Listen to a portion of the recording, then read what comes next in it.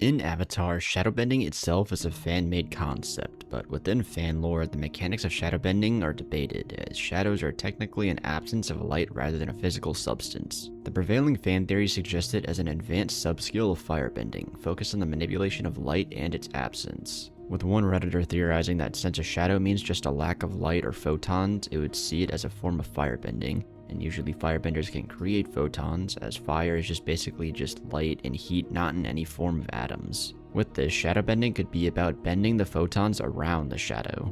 But technically there is one shadowbender in the series named Atla, who was entered in the 2006 Nickelodeon magazine contest where readers sent in their own created characters to be featured in the comic New Recruits in issue 27.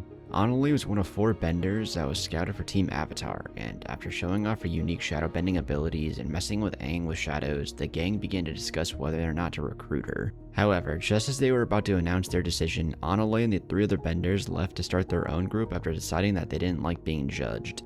And also, she was capable of fashioning her own shadow into weapons, such as whips to bind people from a distance. Not only this, but she was capable of creating shadow constructs that she could control using her abilities, as she created a shadow wolf which she used to travel. But whenever she used these techniques, she just moved the light from a bright place to the place where her shadow was, and without the light, this place will now be shaped like her shadow, hence shadowbending. But the overall art of the bending itself just involves concentrating on darkness and manipulating it to follow the user's movements. The darkness can be reshaped, split, and used as a whip or an extra body part. At this point, all of this is just a massive guess, but what do you think about all this?